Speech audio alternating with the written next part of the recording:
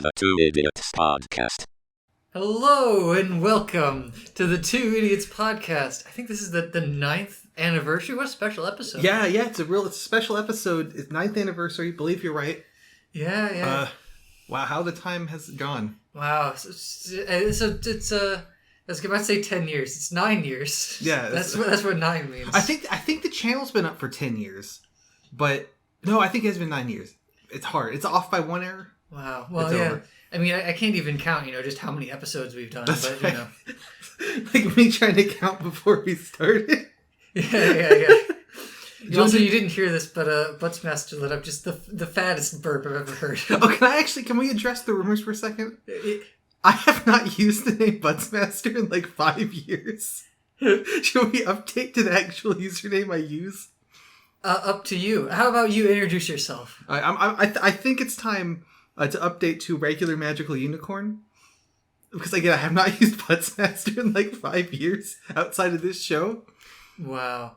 Well, and I am a man of many names, but on this podcast, I'll always be Pizzaguy456. I was going to say, sometimes you change the number at the end. And no, I've never done that. You're right. Sorry, 456. What inspired you to pick that number, do you think? Well, I mean, you'd have had to ask me 9 years ago, Oh, you've changed since then. You don't remember I'm a changed pizza. I was a pizza guy. I'm now a pizza man. Pizza man, 456. All right. Well... That's the episode. Goodbye, everyone. No, I was going to say, so I think I thought of the last episode, which was, as we were editing, realized painfully boring. But which one was that? The Bored to Tears, right? I thought, wasn't the previous one the Sporkle one? Was it? I'm getting crusty and dusty and old. I think it was, the previous one was the Sporkle Showdown, which just was like a lot of editing effort, but was like fine. Oh, okay. Well, I made you do the preparation for this podcast because I thought I did it last year. I just forgot that one ever happened. Well, maybe we did Bored to Tears after. Because, so the Sporkle Showdown we ripped off from Doug. Right. Did he do his Sporkle video 1 year ago or 2 years ago? How old was that we were ripping off? That's a great question. So I think Bored to Tears was 2 years ago. Okay. Well, that one was bad, but it redeemed itself at the end with the joke where we were tearing it. And we put it in F. When we realized, I think that was sucked. As like mid recording, we realized it was bad. Then we just didn't re-record it. But the point is, so this episode's topic is something that you've thought about. So would you like to reveal it? Well, it's not good. My first thought was that, and we already kind of did this, because you remember we did the episode where we both read stories we had written? Yeah. So, and you got to do Quinton Math Adventures, which is like maybe my favorite thing ever in the world. Oh, you're too kind. And I had my shitty one as well, that I forgot how many lines the robot had in my story, because I kept having to put Godwill in for those, and it took forever, because he had like 20 lines to do. Because I shouldn't have done this. I love Captain Obvious. I think that's a fun little tale. Yeah, no, specifically putting in, like, I should have just done a robot voice. Because having to edit in anyway. It was much closer to something that could actually be, like, published into a book than Math Adventures. I think Math Adventures sweeps it. Math Adventures is a legendary story. I told you, like, I think you could do Math Adventures, like, for real. Just, like, say, I'm going to use this thing to do, and then like he does the math, but you don't have to say like, you don't have to actually put the math in the story. But he's like, I'm going to use the triagonal theorem to determine thief's IP address, and then he does it, and then the IP address is 1.0. What if it was just a textbook, a math textbook, but written fully in the style of a noir detective? There's a little picture of Quinton at the start. He's done a speech bubble. Hey, I need some help solving this case. And then it's just a textbook with no changes. I have since met people with the name Quinton spelled Ton at the end. So I'm not wrong. They do exist. No, I just used to believe he says it Quinton. That's my headcanon. Fair enough. So I was introducing the episode. What I wanted to do was we're going to tell a story, one sentence at a time. So I'll say a sentence, and then you'll say a sentence, and I say another one. And we're going to use sentence loosely, because like if you want to do dialogue, hey, is technically a sentence on its own, but like that's kind of rigged. And then I could follow up with I said, so like we would get nowhere. So like a sentence, but like with the wiggly at the end, like how just on vibes. Yeah.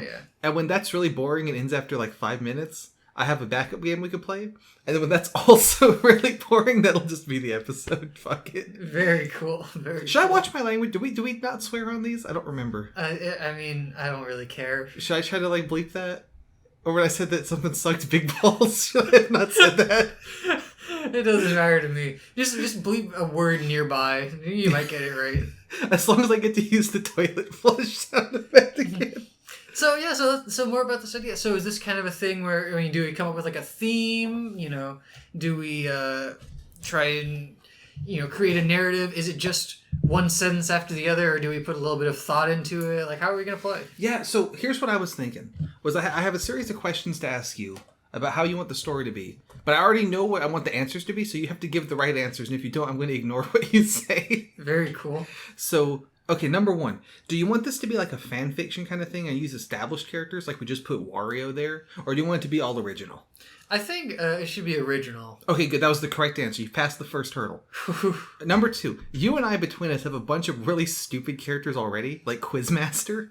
Should we use our existing established characters, or should we make new original characters for the story? I think we should start with new ones, and then if the opportunity presents itself that just Quizmaster would be there, then he's there. That's what I was kind of hoping you'd say too, because I felt like if we just decide, okay, the story's about Quizmaster and Question Boy and Dr. Power, that it's too. There's not enough room to expand that. You know what the story is going to be already. Yeah, I'm not going to say, you know, Quinton can't make a guest appearance. Yeah, but let's, you know, not make the first sentence Quinton started his next journey or whatever. His next math adventure.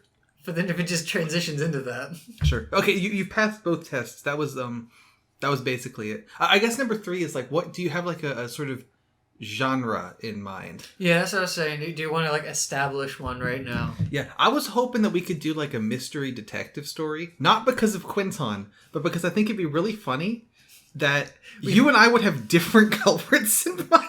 Like we would try and set up the clues to see if the other can figure out. Like you set up a clue, and then I either have to figure out what you meant by it, or make up a new character who fits the clue that you gave. I think it'll like just be really idea. Dog shit. to use my new favorite expression, I think it'll suck big balls. So that was my idea. I'll agree, as long as we guarantee there'll be an answer at the end. Yeah, I think to loop around to an answer. I think we can agree that the story does not end until we found out who done it. This might be a 10-minute podcast or a 15-hour. I walked into the room. I committed the crime, officer. It was me. The Quizmaster! I did it! Alright, thanks for coming to the podcast. Mm-hmm. Alright, we'll play rock, paper, scissors for who gets the first line of the story. Good old rock. Nothing beats that. Oh, I played paper. You did beat me. It beats rock. Alright, you lost the rock, paper, scissors, so you have to start. Okay. Yeah, so this is what I'm saying. Should I give any sort of, you know, are we giving a preamble? Are we saying, you know, why we're thinking about this? Or is it just straight up, so the only things we're saying are the parts of the story? My 3 questions to ask you were fan fiction, our established characters, and genre. Do you have further? What's not clicking? Like, okay, so I'll say my first line. Let me think of it. How about it's not going to be like a fully like in character thing. So if you say a line, I'm like, holy shit, that was an incredible line. I'm going to say that. That doesn't mean the next line of the story is holy shit. Oh yeah, that's what I was saying. It's just like whatever you say, that's the next line. Or do you have to establish it? I think mostly it can be like a back and forth. Like I'll just say the next line. But if I ever have to if I have thoughts about the story, I'm going to say them. Because I think if we don't banter at all, then this is going to be an even worse show. All right, I'll start with, I looked out into the dreary city, rain pouring down. Oh, is it going to be first person? Maybe not make it up. No, that's fine. I'm more used to doing third person. Okay, I'm going to really, suddenly, there was a knock at the door.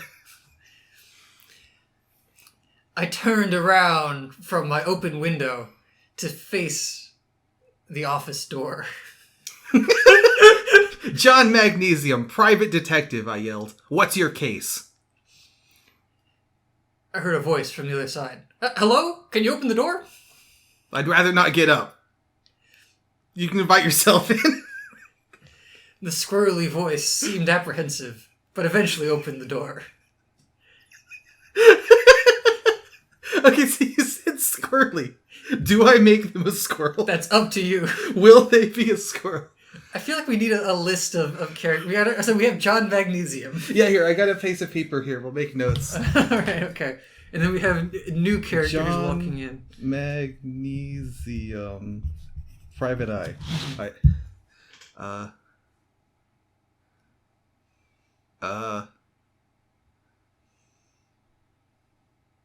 A scared-looking young kid scampered into the room and nervously sat down across the desk from me.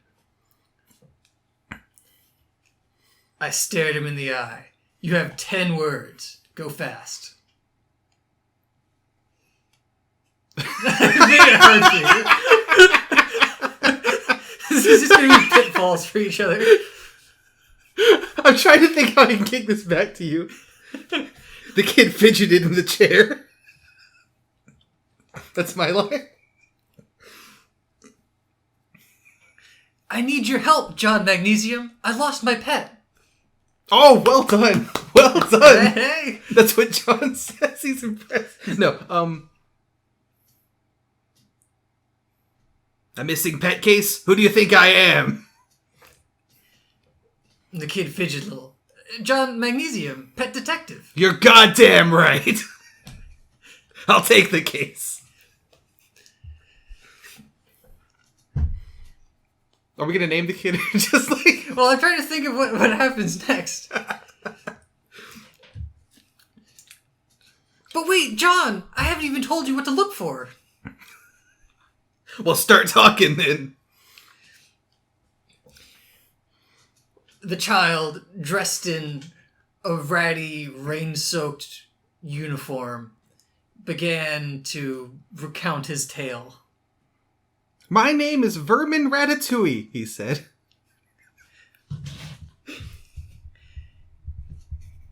And for a long, long time, I've had a beautiful pet crocodile. It's supposed to be a rat. I clearly set that up for you. Yeah. He lived in the sewers and his name was Croco. I'm putting Croco on the characters list. Vermin's role is kid, and Croco's role is crocodile. John raised an eyebrow. Crocodile? Don't you have a pet rat? I did, but the Croco ate it. But Croco's better anyway. I made a note on my notepad. So which one am I looking for? The crocodile, please. I tap my chin in contemplation. I see. So when did you notice Croco went missing? Vermin perked up. That's the thing. I don't remember. What do you mean you don't remember? How'd you come for the case then? Well, suddenly, I just realized that I used to have a pet crocodile, but they were gone. I thought, brainwashing, I muttered. Yes, I've seen this a couple of times. I'll find your crocodile, but first, let's talk payment.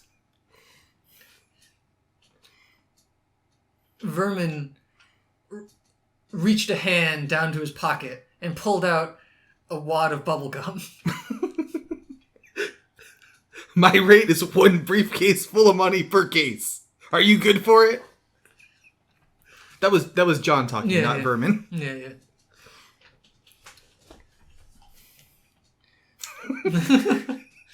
I think that we've already made this a train wreck.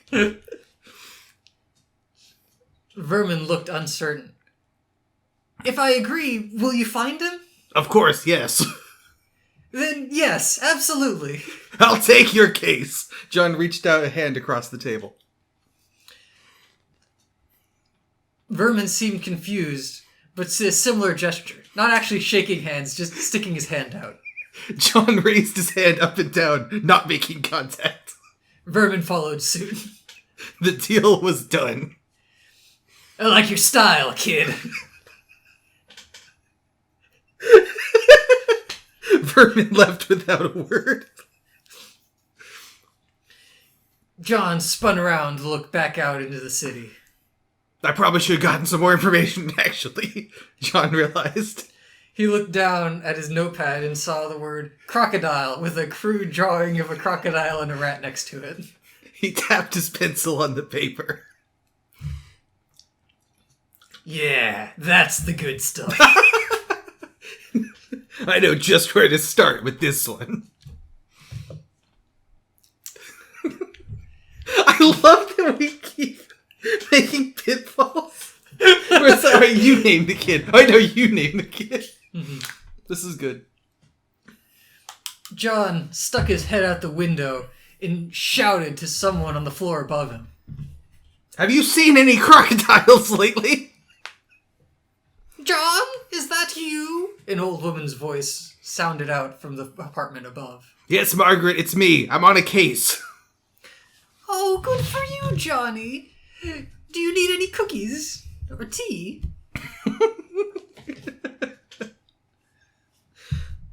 I'm putting Margaret, her role is old. Oh, yeah. Not now, just information, John said. Margaret seemed pleased. Oh, do you mean the news? Oh, it's been so beautiful weather out lately. Seen any crocodiles? John's patience was wearing thin. He could hear Margaret titter about her apartment, opening drawers and cupboards. This was going nowhere. To be clear, I did the voice. That was just a narration line. That wasn't John saying that. In case you were confused. Oh, I've seen tons of crocodiles when I went to the zoo last week with my grandson, Johnny. I wish you'd come up and talk to me. The zoo, huh? John thought. I know just where to go. He closed his window haphazardly and motioned to get up from his chair. So I was going to have him jump out the window. Well, he still can. He still could. No, I think he needs to grab his supplies. He grabbed his trench coat and trilby hat off the desk and moved for the office door. I don't know why the coat was on the desk, but it was on the hat rack next. You know what I mean. He had them. He put them on. He's in detective mode now. He quickly doubled back to grab his lucky magnifying glass before finally heading out. Oh, good call. Good call. He doubled back again to also grab a cigarette lighter. He didn't smoke, but it made him look a lot cooler. Yeah, just in case. Just in case. With that, he ran out the door and disappeared into the town. All right. So you give me opportunity to decide where we go investigate first. Yeah, or you give more flavor than I can decide. So, okay. I did have a sort of thought where I wanted this to kind of go. I have set up the zoo. But John knocked on the door to the kingdom of the mole people. It was very low to the ground, so he had to crouch. The mole people had lived underground for generations. They're currently living in an abandoned subway tunnel. He didn't like to call on the moles, but when they were needed, there's no better source of information in the whole damn city. They had their nose to the ground.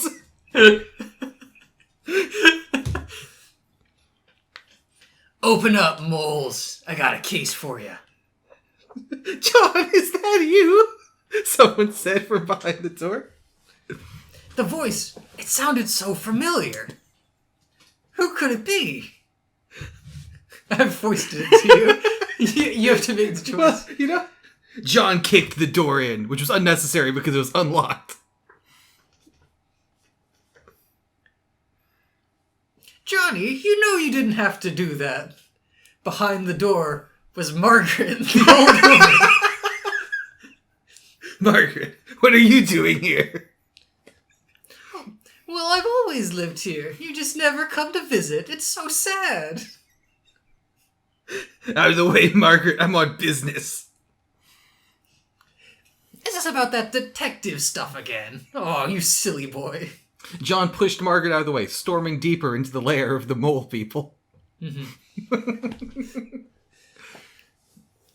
He almost stepped on one as he walked blindly into the caverns. My apologies. I didn't see you there. Oi, you dafty!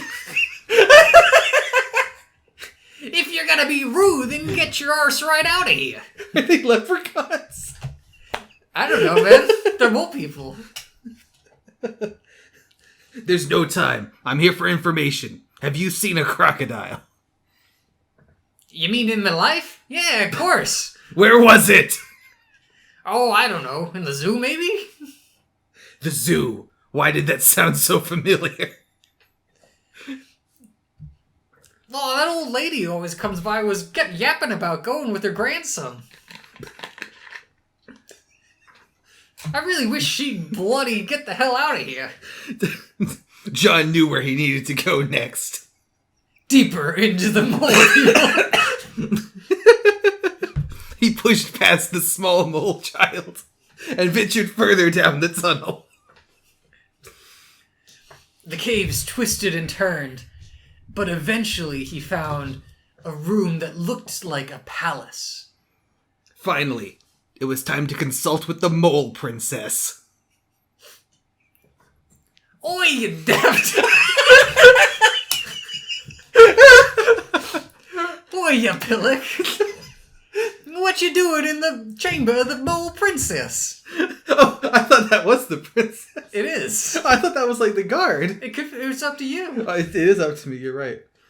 One of the mole guards leaned a spear to block his entry into the room. Luckily, the mole guard was very small, and John easily stepped over the spear. Not now, Ferguson. I'm looking for a goddamn crocodile. A crocodile, you say? A voice belonging to the elegant mole princess echoed through the chamber. Ah, Princess... What's your name be? Mole. Princess Mole. I was hoping to find you here. John sighed. You're the only sane one in this goddamn city. Just taking notes. There we go. We've got unnamed mole and Princess Mole, who is a princess and a mole. Nice. Lovely to see you too, John, said Princess Mole. John walked further into the room, still having to crouch, because the room was very small. Funny you come here. I did see a crocodile the other day. John grimaced. Are you gonna say it was at the zoo? Yes, it was wearing a name tag that said Croco. John threw his notepad to the ground. I don't need information about these stupid zoo crocodiles. Give me the sewer ones. It smelled like sewer water and was visibly dripping. John sighed. Just how many useless leads would he get today? As always, the mole people were a bust. He thanked the princess for her time and headed to where he knew he'd get information.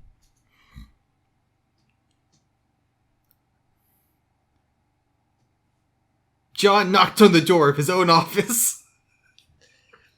He had one mantra. When you need help, there's only one person to come to in this city. John Magnesium. He kicked the door in, which was again unnecessary because it was unlocked. He heard a voice from the other side. John Magnesium, private eye. What the f- Can I back up though? Yeah. The door wasn't unlocked, but it was uneasy because he had the key. Yeah, he had the key. But he kicked it anyway. Yeah, and then John Magnesium, private eye. John raised his pistol, and they realized he didn't have a pistol, so he raised his cigarette lighter. Who the hell are you? The shadowy figure sitting in his chair did the same thing. I could say the same to you. I'm John Magnesium, private eye. What's your case? The man in the chair spun around, shadow from his trilby obscuring his face. In the chair was a crude mannequin dressed to look like John. In his mouth was a cassette player clearly running. "You'll never find the crocodile, John," the cassette player mocked. But how could it have been in his voice? There was only one person who could do an impression that well. John Magnesium, Private Eye.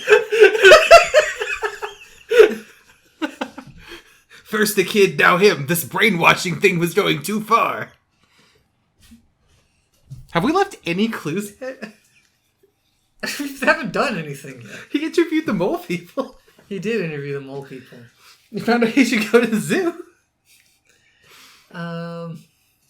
Where'd you leave off?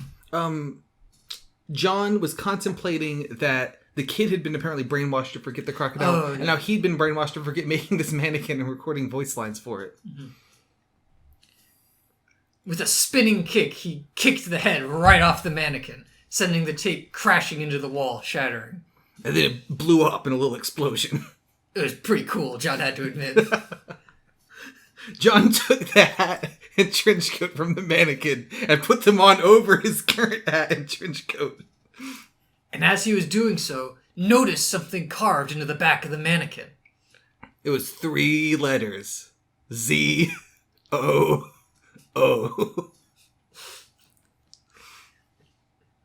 This must be a sign. John knew where he had to go. John knocked on the door of the sewers. Sewer people, open up! John Magnesium, Private Eye. Why are you adapting? You can come in, it's unlocked. These mole people, they had their fingers in too many pies. Certainly suspicious. John kicked the door in and stepped inside. Inside was a scene that looked like a normal bar, except everything was about half as large. And there was like sewer water down the middle. John braved the reek and went up to the bartender. The bartender quickly swiped some dust and debris off the bar counter. "What are you having?"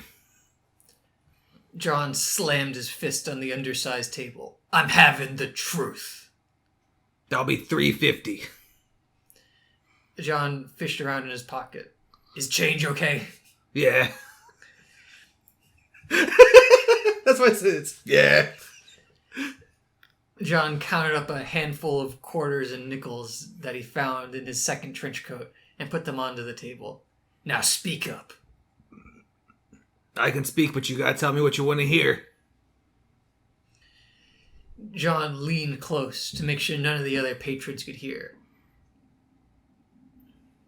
"I need you to tell me about a goddamn crocodile." And the bartender smiled. "Ah, you're not the only one looking for a crocodile."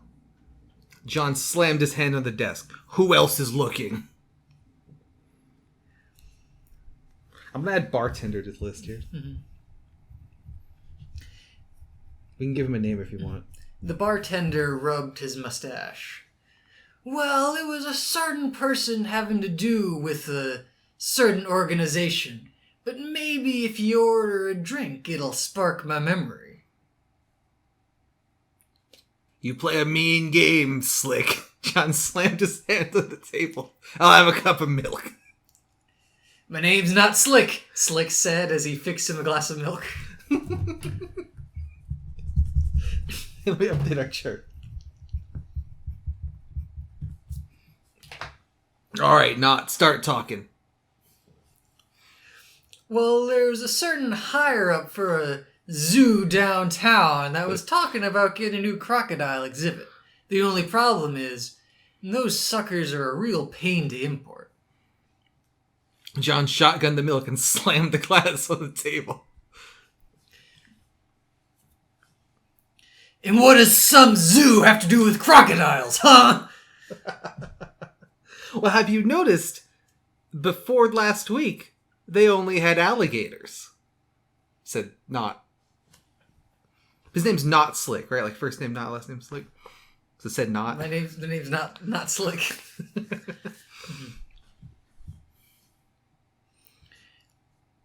John sighed and mimed, smoking a cigarette. All these goddamn lizards are the same to me. That's just it. No one can tell the two apart. Slick raised an eyebrow. Quite a thing for a pet detective to say, eh, John?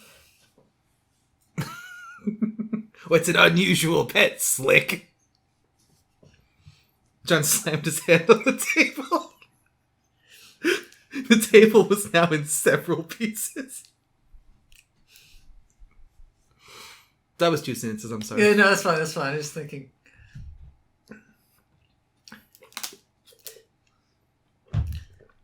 Slick sighed. Well, that's all I know. And my name's not Slick. You've been a great help, Slick, said John. John turned to leave, and Slick shouted after him. You forgot to pay for the milk. John waved a hand. Put it on my tab! As he slammed the door behind him. Slick might not have been helpful, but John had learned everything he needed. The clues were all coming together. The mannequin, the Margaret, the Slick, the princess. There was just one thing that didn't add up. How long have we been running? I feel like we need to really pad this out some more. I've been running for half an hour. Oh, that's pretty good. All right, just another half hour of this and the show's done. Yeah. All these different people, yet there was one singular connection. This reminds me of a dream where you're like constantly running or driving somewhere, but you never get there. Where we're just like fucking around, not making progress. Mm-hmm. John knew just where he needed to go. John knocked on the door of the aquarium. Open up! I need someone to tell me the difference between an alligator and a crocodile. Said John. Yeah. No one seemed to be at the aquarium at the time. John looked to the sky. It looked to be about midnight. He looked on the aquarium sign door. They said they were open till 9. It wasn't 9 yet. John pounded harder. Open up! I know you're in there! An alarm started blaring.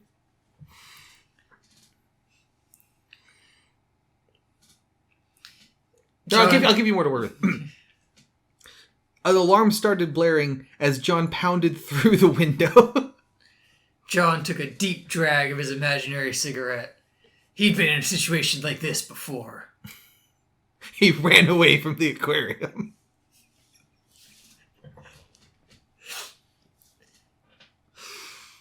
John went back to his old apartment. Back to square one. It was 1 a.m. now. And no progress had been made, except for all the progress he had made. Opening his apartment by kicking the door, he was delighted to see that there wasn't another doppelganger of him around.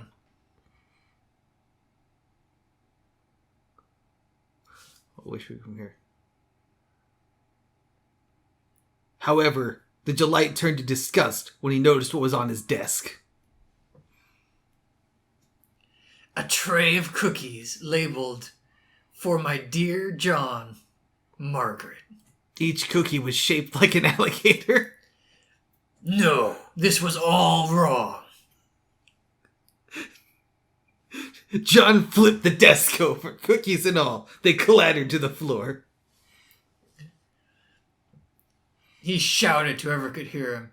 I know you're a fake. Margaret would never call me John.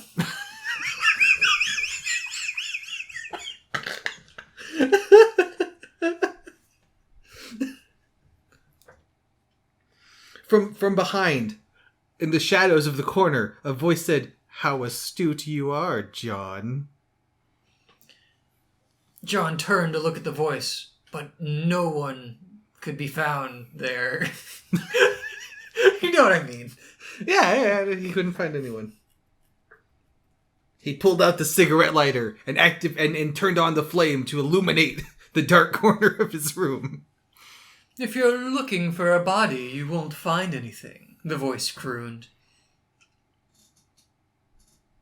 Ghosts, John thought. I should have known. The voice continued.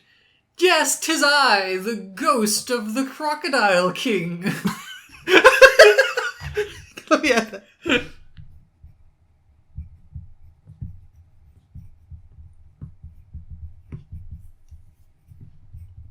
Ghost. Ghost of the Crocodile King. His role is Ghost. Ghost. The word crocodile sparked an idea in John's mind. Are you the one behind all the crocodile disappearances lately? No, quite the opposite. You'll find. The ghastly voice echoed throughout the chamber. I am creating crocodiles! How do you think it got in the sewer to begin with? John thought back. It all made sense now.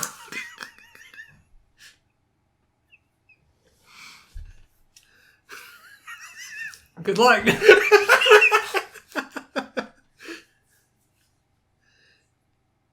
But Vermin had forgotten losing the crocodile, not getting one. Something didn't add up.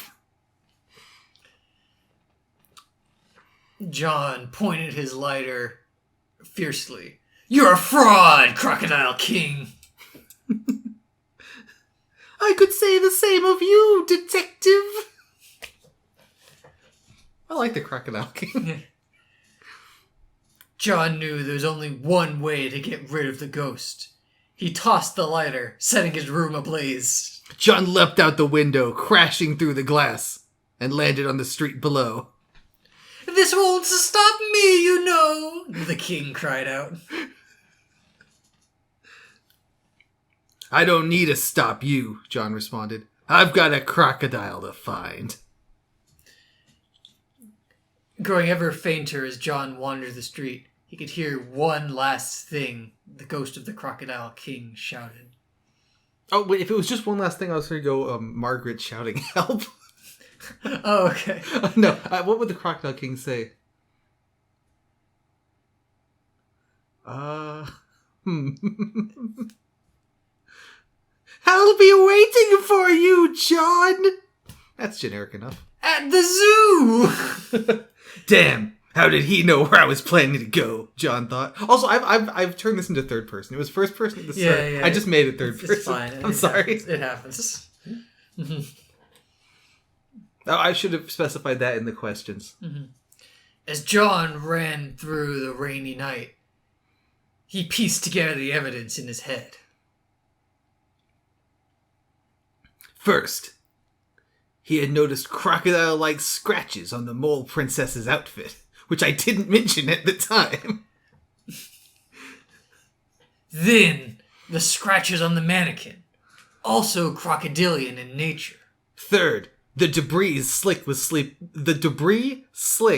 sweeping off the table. Crocodile scales. And finally, one of the patrons at the bar,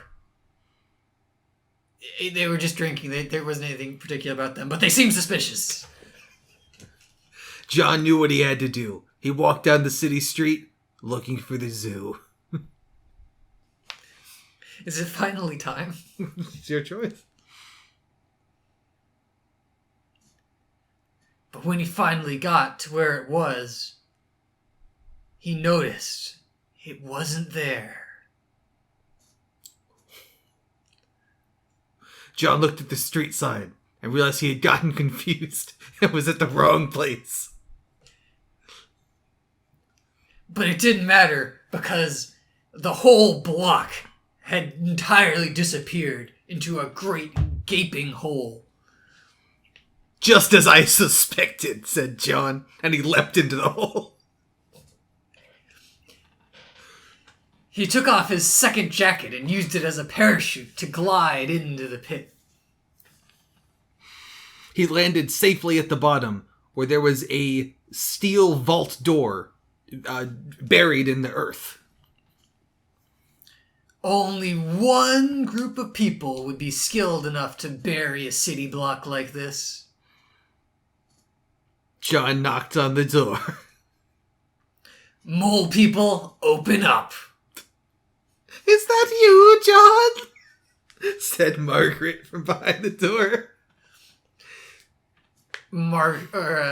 John kicked the door. Not now, Margaret.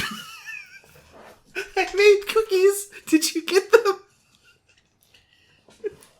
John shouted as he walked past. Those weren't from you. Those were from an apparition. Oh yeah, I forgot.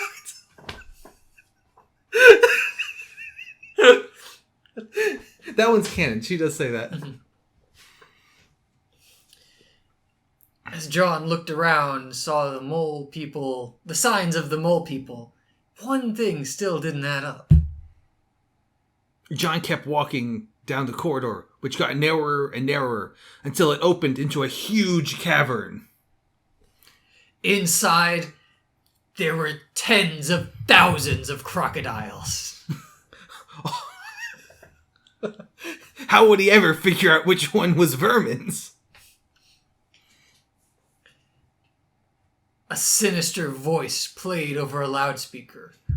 Well done, John. Show yourself! John brandished the lighter, hoping they would think it was a gun. The voice laughed. Oh, I don't think that I will. I hope you can still hear. I'm putting my hand over my mouth as to do that voice. I don't know if it'll come out well. Damn, John thought. He had been outsmarted. The voice continued. We knew that if we got someone to contract you, you'd be distracted long enough to leave your apartment. My apartment, John wondered. Kicking it back to you. Keep us going. But what did they need from there? I can't get Rick, idiot. Suddenly, John realized. Oh no. If they had left a mannequin and a voice behind, what had they taken out? John left the huge cavern, racing back to his apartment, but he was too late. Nice try, John, but the door is already locked, the voice on the megaphone said. Oh, no, you got me. I wanted back the... Oh, wait, so... I was going to have them have stolen the fire out of the apartment. Damn, John thought. I've been outsmarted. We're already in the process of stealing the fire as we speak. The fire? John looked at the lighter in his hand. Suddenly, it wouldn't turn on. It was out of lighter juice or whatever, like the stuff in there, butane maybe? Is what he thought. But even pulling out his second and third lighters, none of them caught fire. John threw all the lighters on the ground, even though littering is bad. The voice on the loudspeaker continued. As mole people, we live in the dark. Why shouldn't you? So I'm trying to figure out where the fuck this goes. So he's in a room full of crocodiles. He's locked in, and someone's taunting him on the loudspeaker. Yeah. John needed to find another way out of this room. Mm-hmm. Right, back to you. Well, I was just having the villain explain their evil plan. Are we not at that point yet? I don't know. Are we? I mainly want to get you to do the monitor voice one time because I want you to put your hand over your Oh, I face. see. Okay. Set me up. I'll do it. Yeah. John saw a single speck of light in the top corner of the room and began to dash towards it. Don't think you can escape, John, said the monitor voice. Oh, but I can, John taunted back. No, you can't. Definitely not, said the monitor. John continued to claw at the wall up to the small speck of light. It was a very, very tiny vein of gold ore. Oh, what did you think of that, John? Was that quite funny? Are you laughing, John? John had to admit, it was pretty funny. We've taken every speck of light on Earth for our sole use. All the light on Earth, John thought. But where could they store that much light? Then he realized. Let's see if we're on the same wavelength here. He thought back to when Vermin had talked about how the crocodile had eaten his pet rat. The crocodiles had eaten the light. That was close enough. Yeah, no, that's what I was going for. Okay, good. Yeah. John cursed. You bastards!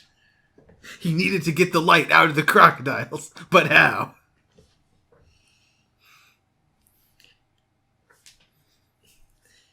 He went up to the closest crocodile, who was snapping its mouth ferociously. Every time it opened its mouth, like a flashlight kind of came out of it. John wondered how he hadn't noticed that before.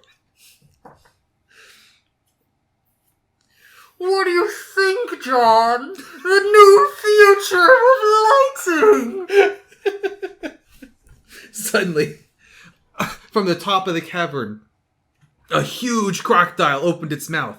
It was suspended by its tail to the ceiling. And John could just about make out a small collar around its neck with the name Croco. The room was even bigger than John thought. The crocodile pit went down for miles, all full of crocodiles swarming on top of each other. He could only imagine the chaos in the world above without a single flash of light. Where the fuck is this gonna go? You want me to set you up with a hook? No. Okay. Unless you have a really good one. Do you have like a really good one? No. Okay, I'll just do nothing and let you set it up next time. John took inventory of everything he had on him and tried to make a plan.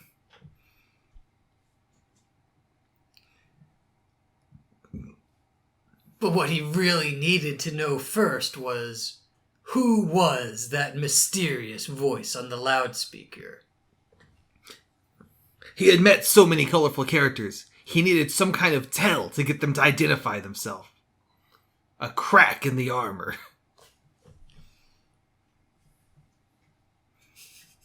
We haven't established any character traits of anyone. Hey, good luck! I do have something in mind where this is going to go. Okay, I mean, I need a pun. Or you can just try and mess with it. Do you want to either mess with or just do nothing with your line? No, I'm going to go for it. John tried to bait out an answer. This is a pretty clever operation you got here, Slick. But you forgot one thing. The voice laughed. So you figured it out. My name's not Slick. See, I told you we had one character. Yeah, you're actually right. You found it. I thought it might have been Margaret. What you didn't realize, Slick, is that your bar is an illegal operation. The voice continued. No, I realized. I just didn't care. He cackled. Well, I think I reported you to someone who just might care. John paused and continued. Someone who knows a lot about crocodiles. On the other side of the monitor, a door slammed. This is the mole police. Open up. So where's there a monitor? The monitor. The other side of the intercom. The guy talking, right? Yeah. Like. No, I think he's in the bar talking on his microphone, and like in the background you hear the mole police come in. Yeah. A sound of a scuffle ensued, but finally, one voice rang out, now no longer modulated. Okay, so I want this to be the mole princess, but I forget what her voice was. Thanks for that tip about the expired bartender's license, John, said the mole princess. Mm-hmm. John searched around for his lighters, but remembered he had threw them all to the ground earlier. This guy was using expired milk. It could have really hurt someone. All in a day's work, ma'am. My idea here is that John knew the license expired because the milk he drank was expired, but he did visit them in the wrong order for this to work. He mailed it. Yeah. Thanks for your email, John. Sorry, what was your sentence? Oh, fuck, I already forgot. he tried to, all in a day's work, man. All in a day's work, yeah. John had discovered where all the crocodiles had gone missing to, but there was still one thing to solve: reuniting Croco with Vermin.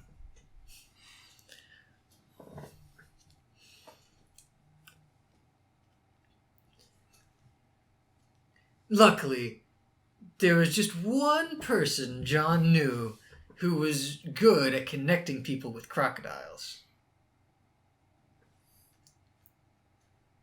I was just trying to see if there's a different... if I could use the wrong character. I'm trying to get him back. For the fans. John hated to do it, but he knew he needed some help.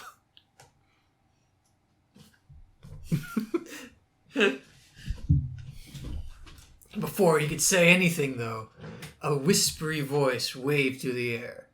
Did you miss me, John? Crocodile King, said John.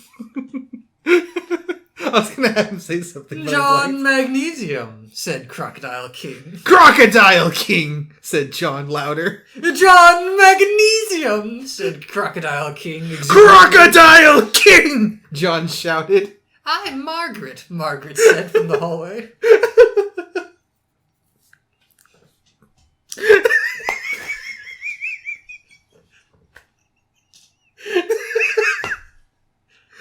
Crocodile King, I hate it, but I need your help,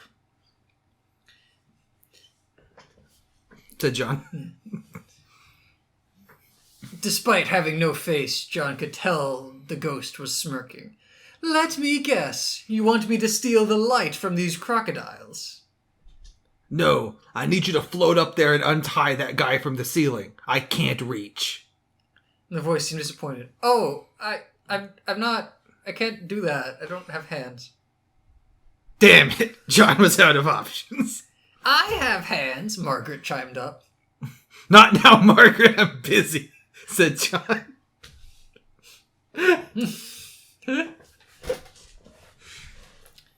But what I can do, the voice continued, is command crocodiles. How is that going to help? John asked angrily. Well, there are quite a few here. What if they were to, say, build a ladder? Impossible, John thought.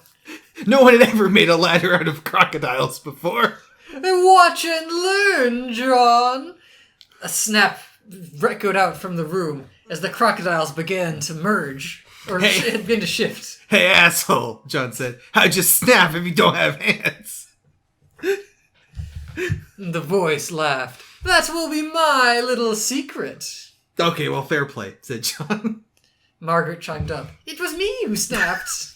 Not now, Margaret. I'm on a case, said John.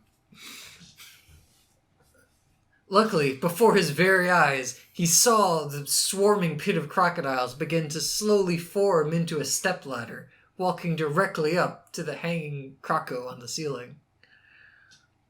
John began to climb the dangerous, writhing ladder, but as he neared the jaws of the crocodile at the top, he knew it would be no easy task. Hey, I'll play. Croco snapped at John, making him lose his balance. John threatened to tumble down the ladder of crocodiles, but managed to grab back on just in time. Croco was going wild until a voice rang out through the chamber. I think we're out of characters. Oh, no way, you found him, said a small, squeaky voice. Croco, behave yourself, Vermin said. Vermin quickly scampered up the crocodile ladder as if he had practiced for this very moment. He jumped off the top rung and embraced Croco in a large hug. John used the distraction to stick his spare fedora around Croco's mouth. Mm-hmm. Like on the end, like holding the jaws shut. Oh, Croco, I've missed you so much. Won't you please come home? Vermin pleaded. Croco says yes, said the Crocodile King. I'm still here, also.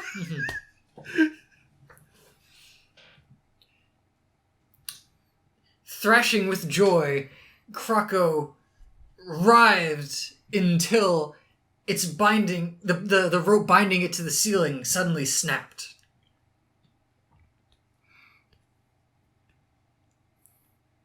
Vermin and Croco rolled down the ladder of crocodiles straight into the locked door, bashing it open and allowing John and his, I was going to say friends, and his cohorts, the other weirdos, to enter the outside world again. They had made it out of the pit, but they had made it out of the cavern, but we're still at the bottom of a deep pit in the middle of the city. Looking up into the sky, even though it was a full moon, it was completely pitch black.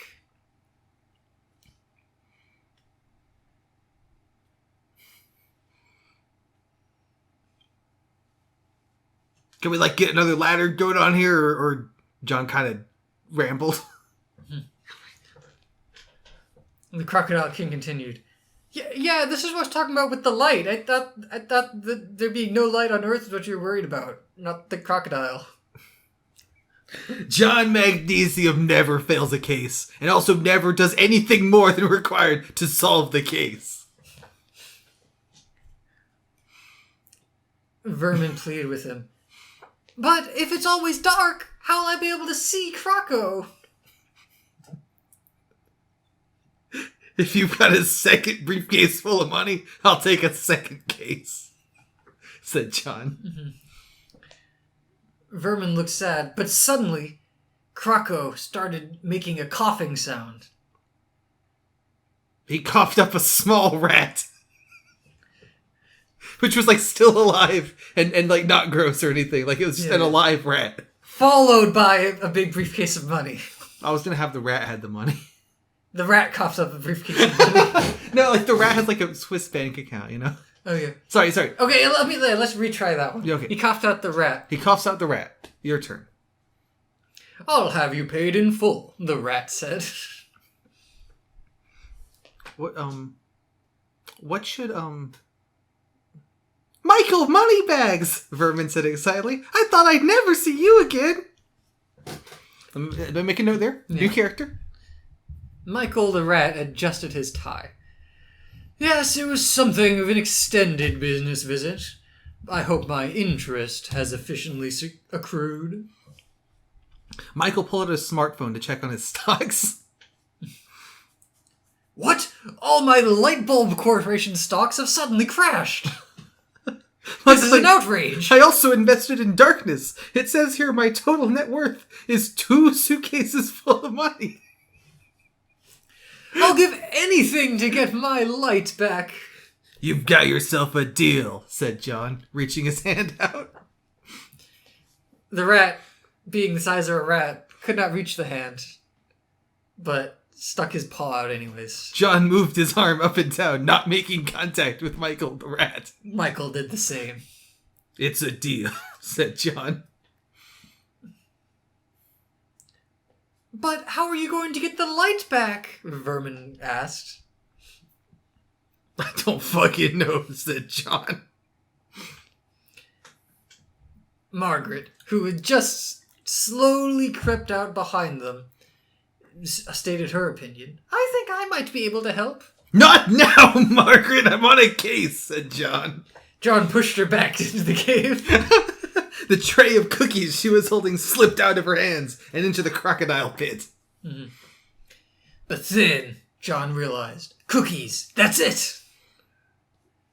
Okay, so I'm going to continue, though, but this is not going to really make sense. That's fine. All the crocodiles opened their mouths to eat the cookies, which let all the light out.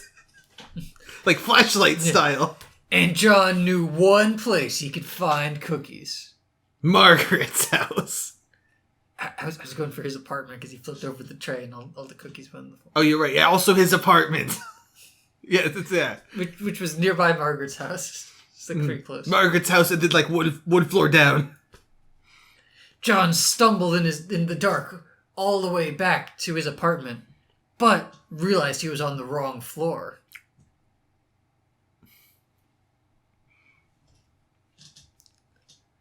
Is he in Margaret's house, or am I going to make him be in the house like one level too low? Yeah, I introduce a new terrible character. I'm giving you the opportunity.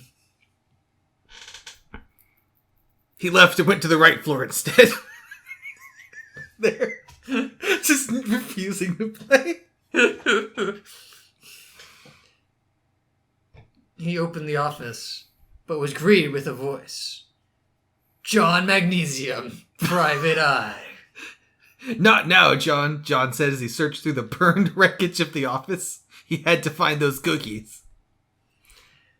The other John continued. Sorry. That's going to be really loud because I kicked the table.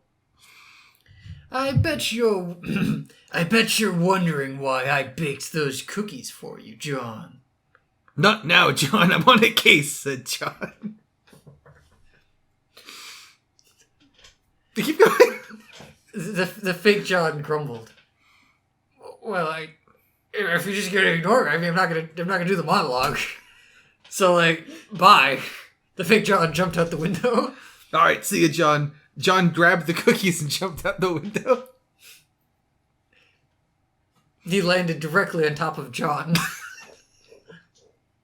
This is just what I needed. He took the trench coat and hat from the other John and put them on. 3 trench coats and hats won't make you better than me, John. Who said this? The guy who stole the trench coat from. Okay, other John. Gotcha. Other John said, there you go. Yeah, I just want to make sure, because it kind of sounded like the Crocodile King. No, my voice is kind of bad from doing this the whole time. We've been going for an hour now, by the way. Yeah. I feel like we need to wrap this up, but I have no idea how to.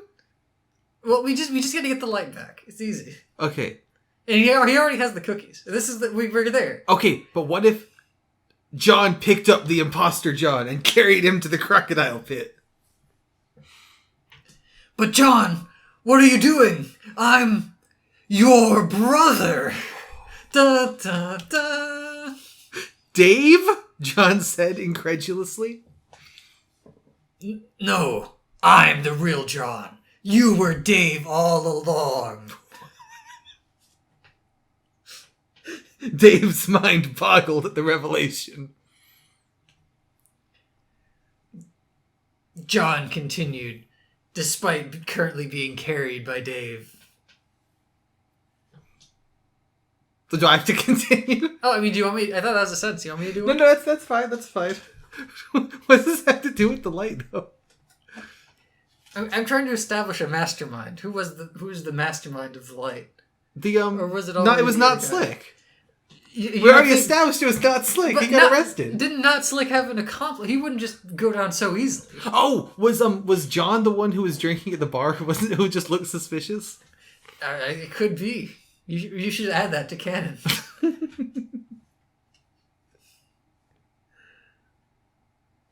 This is how I thought it, because we were going pretty alright, but now we're just fighting over who has to finish it. I don't know how to finish. I thought I finished it when the crocodiles all ate the cookies and their mouths open, the light came out. But apparently that didn't do jack shit. And we need more cookies. So then we went to go get the more cookies. And now you introduced there's the second John. I was looking for one moment where well, I guess we already had the mastermind. I thought the mastermind was not Slick. I thought there was a second mastermind. Okay, I gotcha. So it was you, the mastermind all along, said Dave. Explain your master plan. No, it wasn't me, John said. Okay, that wraps everything up nicely, said John, and he threw the cookies to the crocodiles. Mm-hmm. Sorry, it said Dave. Dave threw them. Mm-hmm. John looked at him quizzically. But aren't you worried about who the real culprit was? I'm pretty sure it was not Slick, said Dave. John rubbed his chin. Yeah, I mean, I guess so. Yeah, it was not Slick, said the princess over the intercom. We got him already. You don't have to worry about it. Yes, it was definitely not Slick. And I know all about crocodiles, the ghost of the king shouted. I'm here too, said Margaret. Shut up, Margaret, said Dave and John at the same time. Mm-hmm. Maybe this was not the beginning of a rivalry, but the beginning of a new friendship. Also, have we solved the light thing yet? Dave asked. No one in particular, just like... John glanced up at the sky and saw the full moon shining bright. I guess. Thanks for getting Croco back for me, said Vermin. The crocodile had not decreased from size, and so was about 15 times longer than Vermin himself. Just like I remember. He patted Croco on the head happily, who crooned like a cat. Yeah. I think everyone's happy with this. Dave looked at Michael Moneybags the rat. Make sure you wire me that 2 briefcases full of money. Michael nodded diligently and began to make a few business phone calls.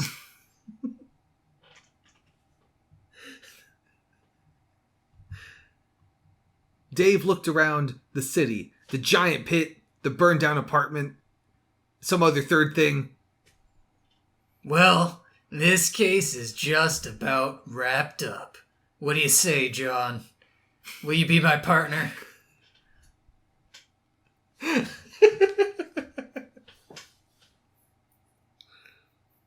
Oh, do I want to have him?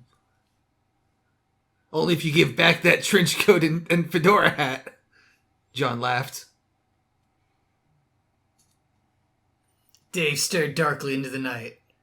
Well, I guess this is where we meet our separate ways then. I was going for like an everybody laughs kind of ending. Where they all laugh at the bad joke, you know? But he's not giving the trench. No, he's not doing that. But you can still have everyone laugh. Uh-huh. Yeah, fuck it. Everyone laughed. The end. May I suggest it ends with, I'm here too, says Margaret. Shut up, Margaret, said every other character. The end. Yay! I feel like that was on the rails longer than I thought it would be, but it still went way off by the end. And I feel like we really meandered the ending. Yeah, I feel like the ending, because I think it needed a tighter ending. Yeah. Because, in my mind, I thought Margaret was going to be a villain at some point, but she just wasn't. I thought she was the comic relief. No, I thought she was the twist villain. Gotcha, okay. So I thought she was the mastermind, which is why I kept going, because I thought we were going to make her the mastermind. I see. But then she just wasn't, and but she just was pointless. That's why I thought that the mystery would be really funny, because we would not have the same idea on who's important. Yeah. I like that he never made it to the zoo. Yeah, the zoo wasn't helpful. That was good. I'm trying to think, what else did we, like, I see what you're saying at the end, that we need in my head, not Slick was the mastermind. Yeah. And that makes sense why you're like, okay, we're done. Yeah, like, you kept, like, saying there's more to do. I'm pretty sure the story ended, like, 10 minutes ago. I thought that just the princess coming in was, like, they were going to get interrupted. I thought it was going to be, like, the voice was back on. I was like, you thought that could stop me, Slick said. And but no, it just did. Yeah, no, I thought that was... I thought we needed a climactic battle. That was like how John had cleverly set up, like, he tipped him off that there was an illegal bartender operation. Because John's like, John used his wits to outwit not Slick. I can't have that. It's got to be Dave. Sorry, Dave. All right. Well, that was a train wreck, and also, how long have we been running? About an hour. All right, that's the episode then. I mean, do you have any more thoughts on our artistic integrity? I mean, that kind of sucked, but at least it wasn't as bad as the tier list episode. Yeah, I mean, it wasn't great. It wasn't great. It could have been... I think it could have been worse. Could it have been worse? Yeah. How? It went on for another hour. With us just not committing to a mastermind. Yeah. I think maybe we could have introduced more characters. I think that would have been fun. Yeah. But it was hard to work in telling their name. You know what I mean? Yeah, because I kept trying to set up returning characters, and it was hard to... Yeah, I guess I was trying to set up a bunch of new characters, and you were trying to set up returning characters. Yeah. So it just kind of didn't work. Yeah. But that was kind of the joke I had in mind, was that it would just, like, we'd have two different angles on it. It would just not work. Very cool. Well, I think we succeeded in not working. I think so. I think maybe I should have... Okay, maybe I should have gone off the wall less quickly with the mole people thing. But we'd already gone off the wall with the, like, brainwashing thing. Yeah, that never came back. You see, my thought was that the zoo was a red herring, and there was going to be some sort of greater plot with brainwashing people into thinking they had crocodiles. I see. And then, like, the crocodile king was going to be the one brainwashing everyone, but then it turned out he was, like, a good guy, and they were using the crocodiles to steal all the light and earth. Uh-huh. I was kind of thinking that maybe the brainwashing thing was going to be like aliens had abducted Vermin and like wiped his memory of the. You know what I mean? That's also why I set up the first fake John when you just made him a mannequin. I was like, oh, there'll be a brain, and also why there's a second Margaret in the mole people thing.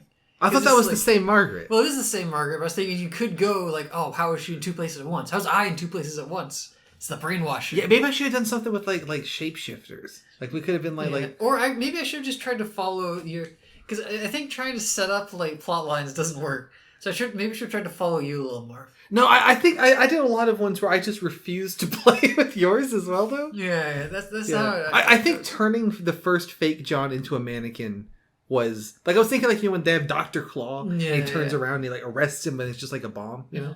But I guess that really did not play with your idea like at all.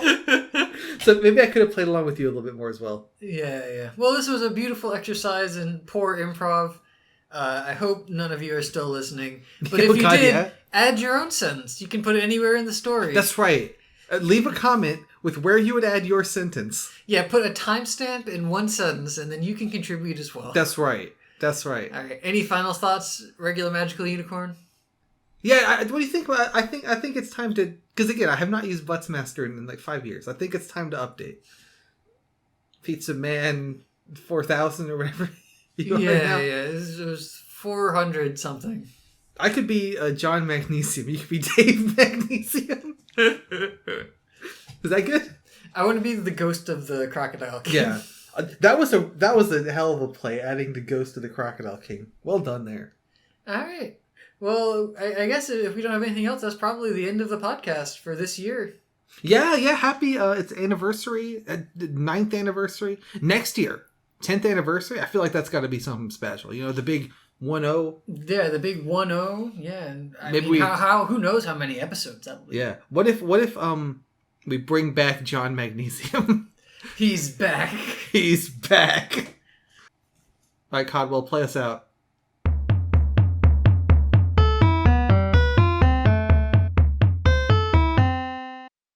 Thank you for listening.